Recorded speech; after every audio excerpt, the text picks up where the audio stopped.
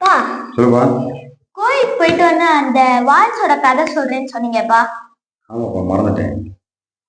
அந்த கதையில கடைசியில அந்த அம்மா யாருக்கும் செங்கல் கொடுக்காம இறந்துட்டாங்க.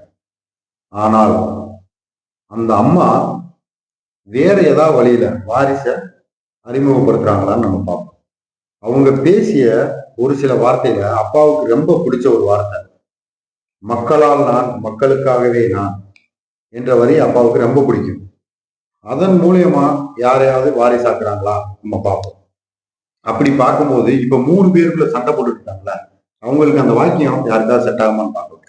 முதல்ல அந்த மரத்துக்கு தண்ணி ஊற்றி உரம் போட்டு பார்த்துக்கிட்டாருல, அவர் வந்துட்டு என்ன வாக்கியம் செட் ஆகும்னா, அம்மாவால் நான், அம்மாவுக்காகவே நான், தனக்காகவும் நான், இந்த வரி தான் அவருக்கு செட் ஆகும். ரெண்டாவதா வந்தார்ல, அவருக்கு என்ன வாக்கியம் செட் ஆகும்னா, இந்த மன்னர் பரம்பரையிலிருந்து வந்தவங்க தான் புடுங்கி அந்த 2வது ஆளை கொடுத்தாங்க. அந்த புடுங்கி கொடுத்தவங்க பேர் என்னன்னா சின்னம்மா.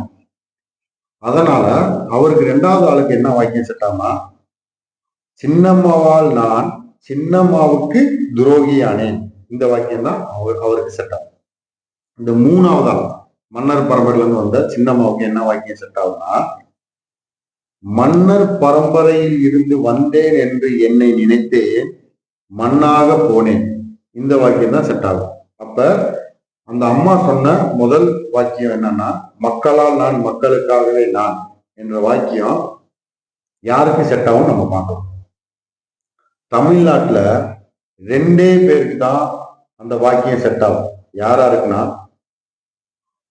புரட்சி கலைஞர் விஜயகாந்த் ஐயாவுக்கும் தளபதி விஜய்க்கு மட்டும்தான் செட் ஆகும். மக்களால் நான் மக்களுக்காகவே நான் என்ற வரி தமிழ்நாட்டுல 2 பேருக்கு தான் செட் ஆகும். யாருக்குன்னா, புரட்சி கலைஞர் விஜயகாந்த் ஐயாவுக்கும் தளபதி விஜய்க்கு தான்.